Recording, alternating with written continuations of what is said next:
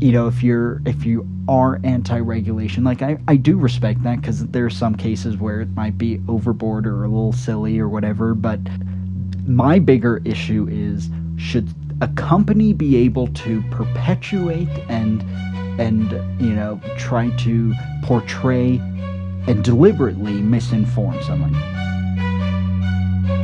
You're listening to It Might Be Interesting with your hosts, Josh Levy and John Walsh. Now, there's an endless amount of information out there on any given topic.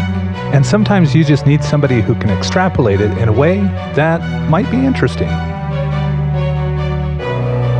The reason you don't see sugar on the label having a percent of your daily value is because the sugar lobby has been successful in having that removed from all nutrition labels in the United States. Wait, like they legitimately? They don't want you to know. Because I thought like maybe that was it. But again, I resisted the urge of making that assumption. Yeah. I don't know, that actually really, really angers me that, as a consumer, and I think even, like, yeah, I might not be more, like, libertarian-based, whatever, but I think of my friends who are, and they're all about, like, let the consumer decide. And this is something I kind of agree with. Like, give me the info. I don't want... But hiding the info from you. Yeah, that's it. It's like, I don't want the government, like, fully restricting, like, here are 2 types of cereal. That's very kind of communist. Like, yeah. So I don't want that, of course. And I think we should be very transparent and cautious moving forward. We shouldn't aggressively rush towards regulations. We should, evaluate it with a common sense point of view. But what I'm saying is, like, what is frustrating is, like, yes, give people the info and let them decide. And to me, the fact that was being deliberately withheld, and for that reason, if they did independent research that found that, the amount of sugar you ingest, like, doesn't really have that much of an impact, if it didn't have a percent daily value, there's some vitamins and minerals that really, they either have such a minuscule amount or it doesn't affect your body that much. So it'll say NA, like percent of daily value NA, because that really isn't very applicable. Like, it's not like you're going to get too much or too little, like you just don't need it, whatever. So if it was that case, then I'd understand it saying NA. But to deliberately, like if they know, and then the government who should work for me and you and us says you can't have that. Like, so this is a basic thing. This isn't like it's classified Pentagon secret. This is you have to see the bigger picture, though. The sugar that is being put into most processed food, what kind of sugar is that? I mean, it's, as you said, high fructose corn syrup. Corn. Yeah. Corn. Think of the corn industry. Right. Okay? So if your constituents is farmers, and they sell that corn to the processed food manufacturers, and that's where all their money is coming from, and you're subsidizing that corn as well, you are now subsidizing the obesity epidemic. The author of that book, Salt, Sugar, Fat, was being interviewed by Jon Stewart. And Jon Stewart was making a joke about, like, these processed food manufacturers, eating all their Oreos all day. And Michael Moss stopped him and said, they don't eat their own food. They refuse to eat it. And that guy Moskowitz, who coined the phrase the bliss point, he invented 4 new different types of Dr. Pepper. Dr. Pepper hired him because they had sagging sales and they wanted to get their old customers back and their current customers to buy more of their product. So they hired Moskowitz, and Moss thought it would be interesting if he put each can of Coke or Dr. Pepper in front of him, had the guy take a sip and explain, how did you come up with this formula for Dr. Pepper 10 or, vanilla cherry Dr. Pepper or whatever it was. And the guy refused to drink it. And he said, that stuff will rot your teeth. And he's the guy inventing it. So right when the government, learned and we learned that cigarettes might not be too healthy, the government, wanted to look more into it. And one guy said, like, he was a skeptic. He was a smoker. He was, chosen by the government because, the people who were opposing it rejected everyone. They kept wanting to bring like a health guru scientist in, and he was one guy who was like, no, I'm going to go in and prove that it's fine and you guys are just overreacting. So and he said he went to a cigarette like processing facility where he'd go to the company headquarters and walk in, and it reeked of smoke, but he loved it, and he said he's a smoker, and the advertising marketing departments were all smoking. And then he went to like this one of the factories where they had like they're not just factory workers, like scientist people making these cigarettes themselves. He said he walked in and he knew immediately that cigarettes were bad because immediately he couldn't smell any smoke. He could smell tobacco and everything, but he could immediately tell the people who were actually like researching, putting the, all the chemicals and everything in the cigarette, the ones who know everything about it aren't touching the stuff. I'm glad you brought up the tobacco industry because the last thing these food processors want is to be compared to them. Right. They don't want to be standing in front of Congress because the reality is they know. Yeah. They know that the food they're producing is not healthy.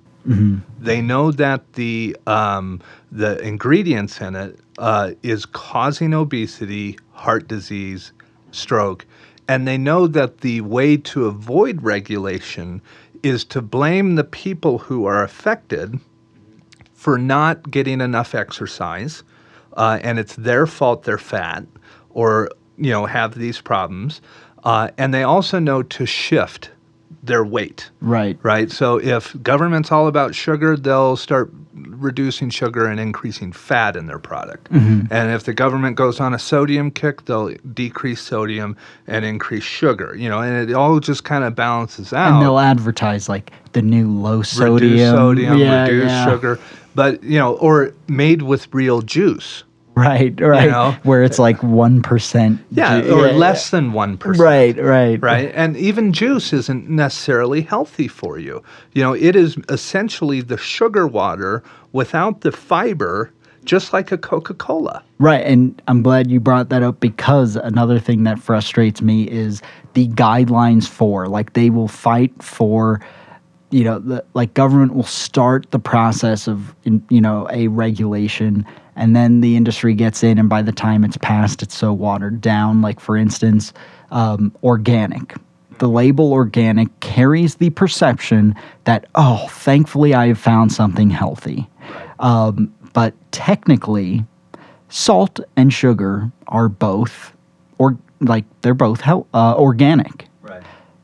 And salt and sugar, if you go to any doctor out there and say, is it okay if my diet includes like 200% of the recommended value of salt or sugar? They would look at you and go, no. Right. Yeah. Like, of course, like increased salt or sugar leads to obesity, heart disease, hypertension. Like, there are so many diseases tied to, excess salt and sugar. So they would be like, no, you should be trying to have not 100% be the maximum, like 75% should be your maximum anyway. So, but since those are technically natural ingredients that grow, you could load a product with like 200% daily value of salt and sugar and still have an organic label on it.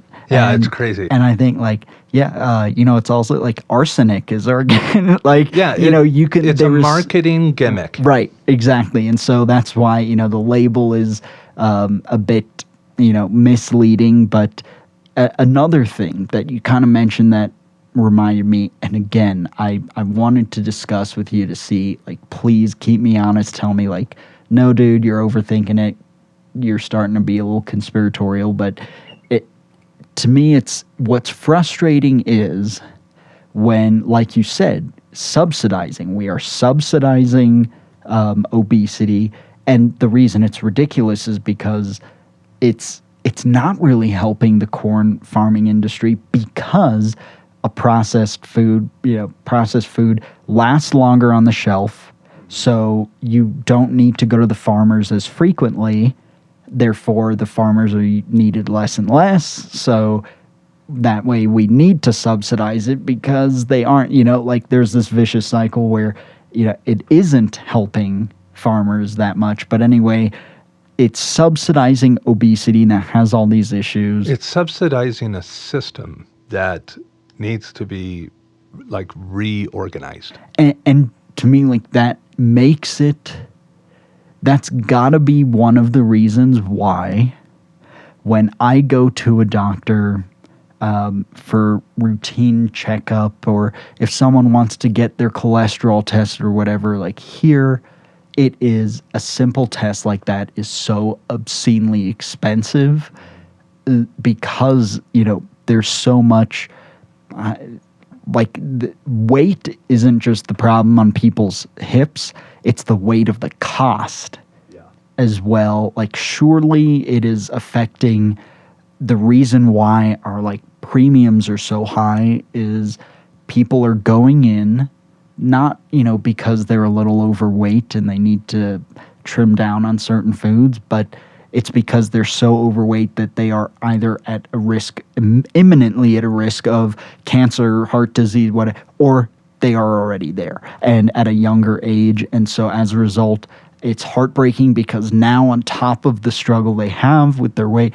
they have the struggle of, oh God, I'm about to drop dead, or increased health costs. Yeah, I'm in my 40s and have the same disease or cancer that my dad got when he was 70. People are getting it younger. It's increasing costs. It's increasing, and surely that has to be why, a part of the reason why there is a broken system.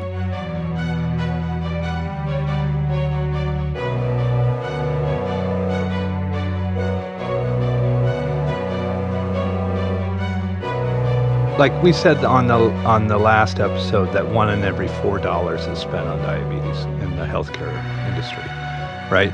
So what percent is on cardiovascular? Who knows? It's probably the other dollar, the second dollar, and then the third dollar is on cancer. And, right. And if diet is driving all of this, then if you take that system and you inject into it a national healthcare system, the first thing a Democrat or Republican is going to pull the head of the Medicare Association in front of Congress and go, why are we spending so much damn money on this? Right. And they're going to say, because of the obesity epidemic. Okay, well, why do we have such disproportionately high obesity rates in this country as opposed to other ones? And they're going to point their finger right at the processed food industry. And they're going to say, because they are overloading their food with sugar, salt, fat, cholesterol, and all these other potentially dangerous products. And they're going to say, okay, so what do we need to do? And the guidelines of diet would change overnight. So who do you really think is fighting against Medicare for all? Right. It's not the insurance industry, because you can still have insurance industry with a single payer. A single payer could cover 80% of the cost, and then you need a private insurer on the top to cover the rest. And it's not fought for as much because it also takes a lot of the headache stuff, like the mundane, like all the blood tests that grandma gets, all the basic medication for hypertension that it is more headache than profit for a lot of it's just like why UPS and FedEx don't deliver mail and regular mail, like letters, because that it would be more stress or hassle than it's worth, more overhead, more cost. They just want to focus on being great at these parcels, and USPS competes with them too. So with healthcare, like your universal healthcare would cover the basics, most basic medication, most generic, like if you want to go on the generic stuff or your routine blood work, whatever, it covers that. And then if you want things like the elective surgeries or cosmetic stuff or brand medications, things like that, that's where insurance companies come in, and then their costs are lower. They don't have to deal with so many people who are ill, but not like extremely ill. Like I don't want to downplay it, but like if someone has clinical depression and they just need like Zoloft once a day, great. You should get that care, but that is much less a hassle for them and everyone than someone who needs to go and get treatment. Or it's more of a hassle to have to keep paying for the meds for someone who's just getting like Zoloft really, every day. Yeah. Like it's more paperwork than necessary. It's cheaper than a chemo treatment or whatever, but it sucks resources away from the chemo treatment. Let's say you had like just two industries, right? One on the left, one on the right, and they're both kind of profiting, right? Yeah. And then you have a bottleneck in between the two of them. Mm-hmm. And that bottleneck is the government, right? So the two industries profiting are the people that are causing poor health, or the industries rather, mm-hmm. and then the people that are profiting off of poor health. Right. So your pharmaceuticals, your health, centers and so forth. So if you have a bottleneck in between, that is the government, they're going to say, we need to drive the cost down by regulating the ones that are causing it, and therefore the ones that are profiting off of it will see a reduction as well. Both of those things are going to fight against having that bottleneck in there. But to me, and there might be a factor I'm missing or I'm wrong, but to me there has to be and especially at that point, and we're maybe getting close to the point where if I was an insurance company, their costs are starting to go up significantly as pharmaceutical companies are like they are legally not allowed to negotiate the cost of medicine with pharmaceutical companies. Right. There is a big pharma put in an earmark saying like they get to set the price and say F you, and and so as a result the insurance companies they're making a lot like I know people say their profits are through the roof, but it's because more people have had to buy and everything, but their premiums have gone up because now the pharmaceutical company is saying, oh, that insulin is $30,000 for and they're jacking up the cost, and who pays for a lot of it? Your healthcare. You pay a copay that is more manageable for you. That way your healthcare provider, it's insurance. Like that's how insurance works. Like most people can't afford to like fix up their car in an accident, so you're paying per month when you don't need it. Right. In the event that you do, you're hedging that bet, whatever. And so anyway, the whole point is the more obese people get, the more sick people get, the more costly it gets for insurance companies. And I don't know if it's a matter of time before United Healthcare, Aetna, Cigna, all those go, you're costing us too much money, and screw you, and they fight against processed food because, like I said, the person getting Zoloft every month is lower cost, but a lot more paperwork and headache than because they don't make a lot of money off the person, and it's low cost and stuff, which is beneficial, but the higher cost may be profitable for them at some stage, but it is becoming much less profitable to cover someone with diabetes. Imagine if there was a car insurance company where 90% of their customers got in accidents, and they would go out of business like overnight because they use the money of people paying who don't get in accidents to cover the cost of someone who did. Like that's how insurance works, and so they're using the money from the healthy people to help cover sick people, and that's how it balances out or still turns out profitable. But it's going to get to that point, if it hasn't already, where the processed food industry is making so many people sick, and more people sick and younger in their life. To me, it's only surely the more people will turn on them, including insurance, saying, we're being choked because of what you're doing processing this food. Right. And they'll go to Congress, and they also have a lobby, insurance, and they'll go to Congress and say, we're losing money, do something about this. So imagine you're filling out your insurance form. Mm-hmm. There's a question on there that's on everyone's insurance. Do you use tobacco? Right. Imagine if it said, do you eat fast food? Do you eat processed food? Yeah. Imagine how much, like if your rates could go up based upon the percentage of processed food and fast food you eat. You know what I mean? Like right. It could with tobacco. Why isn't it? I mean, it if it's truly on the individual, I talked about the bottleneck in between the two industries. The bottleneck right now is an individual who has zero power in how much these two make off of them, mm-hmm. right? If you bottleneck it with government, you're going to start seeing that. And to me, that is what the industry's fear is: the government, a collective power of the people saying, you cannot keep feeding, because, I mean, the rate is that by 2050, 1 in 3 people will have diabetes. Right. And 50% or higher will be in that overweight category, and like 35% and higher will be in that obese category, or it may even be higher than that. I mean, it keeps going up and up and up and up.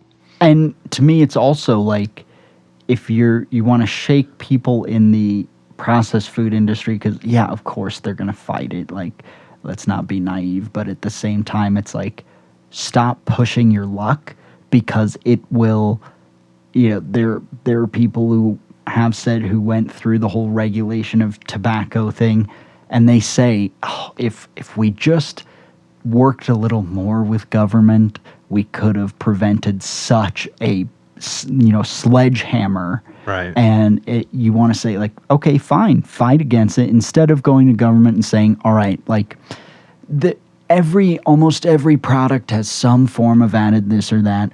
Let's go to government and say, I get it, we've put a little too much in here some places.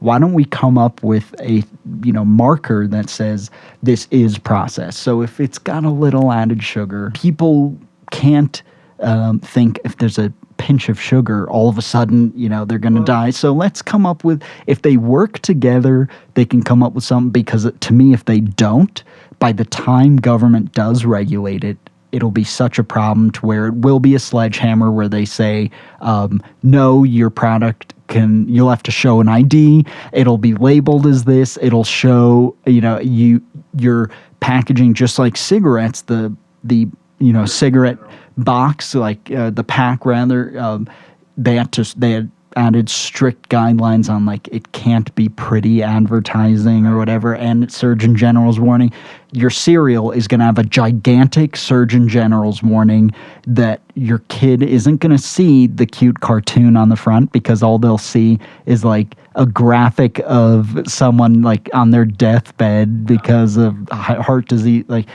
it's going to get to that point. It will be a sledgehammer, or they will just say, period, no more. Like, you are not allowed to sell something if it has any processed food. That would be such a monumental tectonic shift that it's like, guys, if you don't want government to do that, why are you fighting it so much? So on that point, it has been done. It just hasn't been done in the U.S. Right. So in Great Britain, they said, we need to go after sodium. There's way too much sodium in food. And so they actually worked with these food processors and gave them a voluntary target to hit, right? It wasn't regulation. It wasn't coming down. It wasn't tax incentives and all that stuff. So it wasn't like their communist agenda, socialist agenda. No, it was help us help our people. Right? Okay. So it was a collaborative effort. Yeah, and so the processed food industry said, okay, we can do that. The one group is one that I mentioned earlier was unable to do it. That was Campbell's soup. The sodium content, the second you take it out of there, it'll hurt their sales, and therefore their investors will get upset, and they'll demand that you put the sodium back in.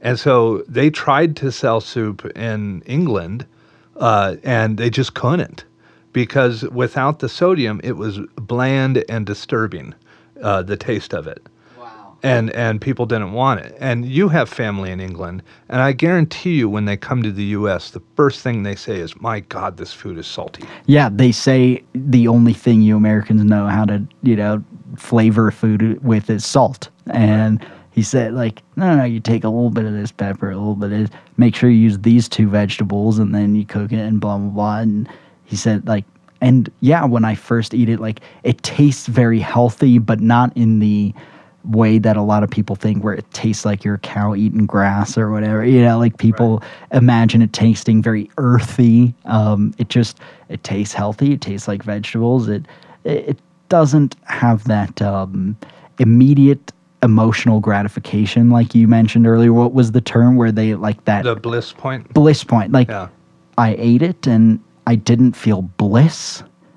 It felt good. I tasted all right.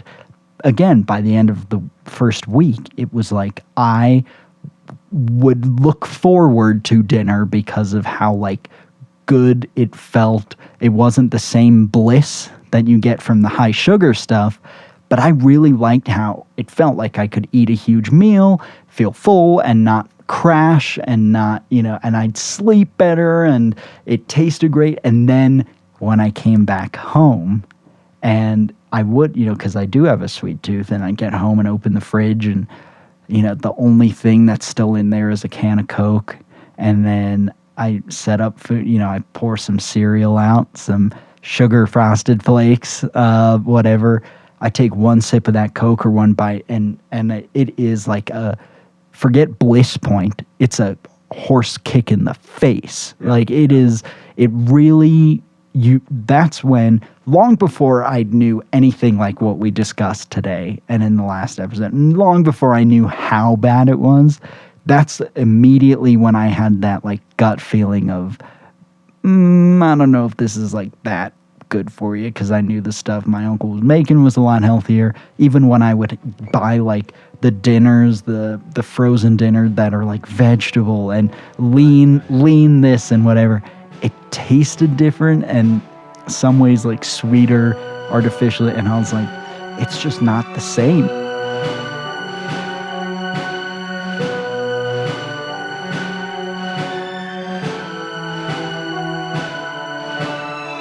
Your body is a machine. Mm-hmm. And if you put the wrong kind of fuel into a car, if you put diesel into an unleaded vehicle, it's going to run wrong. It's going to spit out black smoke and not have any power and, be lethargic. Right. But if you put the right type of fuel in, all of a sudden you see all these changes. And I'm glad you brought up bread, because bread has a lot of added sodium and a lot of added sugar in it. And I was at the supermarket yesterday, and I was looking for a bread that didn't. And it took me, I almost overturned every loaf of bread until I found the one that didn't. And I brought it home, and I made a sandwich, and it tasted more like oats. Right, I can imagine. Less sodium, think about, like, a Ruffle potato chip. Okay. How close to a potato does that taste? Right. You know what I mean? It tastes like sodium. Yeah. It's just drenched in salt. And when you get away from that, your taste buds refine. They're used to getting blasted with salt. But if you get away from that high sodium diet, and then you go back to a potato chip, it's kind of like when we talked about media. When you get away from, partisan media and you go back to it, it's the same thing. You go back to that potato chip, and the salt blast is so severe that you're like, how on earth did I ever eat this thing? Yeah, you don't want it. Let me ask you something. What do you say to people who say, I would rather die happy eating what I enjoy than, to switch to some other diet? If you think you're dying happy, talk to the people who are fighting cancer or diabetes, who have to watch, who not only have to, not only have to make some changes. We're saying, like, just throw some vegetables in, fruit in, like, be more conscientious. I think it's because the marketing has worked. right? Yeah, and The idea of the nanny state and somebody else telling you what is and isn't good, and I can decide for myself, or I know what's good because it tastes good or whatever. There's a lot of conditioning and marketing that goes into that. And like I was saying, if you pull away from it for a month and go back to it, you'll taste the marketing. I can't tell you how many guys I've met who have lost a bunch of weight because they said they realized they couldn't play with their kids. And their kids would want to go out and play football, play catch. And of course, you're like 10, 12-year-old kid has more energy than anyone while they're grown or whatever. So, of course, they're going to have more energy than you as their dad. But they said they could throw the ball 3-4 times. And then they're like, I was so out of breath, couldn't move, couldn't. And they're like, I couldn't go for a hike with my kids. I couldn't, all these things. And they said, like, that's it. So, anyway, like, what do you mean die happy? Like, what part of it is happy, and how many people are, and stuff like that? But it yeah. I mean, if like the key to happiness with your kids, like you're saying, is the health level. If you're all healthy and you're active together, that's going to raise your happiness level. But if you have somebody who is struggling with heart disease and can't be there for their kids doing this, that, and the other, then that's going to diminish quality of life. But, telling them, hey, this is unhealthy and you shouldn't do that, it goes against, in many things, like you said in the last episode, we eat what we were trained to as kids. And if you've had this diet your whole life and the government comes along and says, especially your diet isn't healthy and you need to change to this other diet, well, that is an attack on my culture. That's an attack on, how I was raised to believe food is and all of that. And it's the ripple effect. So let me give you a couple examples. So for instance, think like if someone gets cancer, heart disease, whatever, diabetes, and especially if they get it much younger in their life, if you're like someone who's like pro-business, like government, get the hell away, pro-business, how much money do you think it costs businesses in loss of productivity when your rock star employee who's 40 now has diabetes or heart disease, whatever, has to take a bunch of time off work, and now how much time and money and productivity that does cost employers that have to provide health insurance and see those rates going up, and so you have this ripple effect. But it's insane how there is that effect, and people don't realize we, and like you said, we're kind of conditioned to, but eventually if we don't do anything, and it's not about shaming the individual, again, it's not about that. It's the industry, to me, that is shaming the individual. Right. It's the industry saying, oh, you're fat, that's because you've made poor life choices, not because we've pumped fat and sugar into your diet. Right. And everywhere you go around you to get food. I mean, there are people out there buying, like we said earlier, reduce sodium, reduce fat. Well, it could have increased sugar. It could say, reduce sodium, and then you roll the jar around and you read 9 grams of added sugar. Mm-hmm. And it's just like, how do they win? Yeah. And I think the overreaching point is we all kind of know what's healthy. Right. We all know that the more food that you prepare at home yourself from scratch, the more cognizant you are of knowing what goes into it and what you're actually consuming.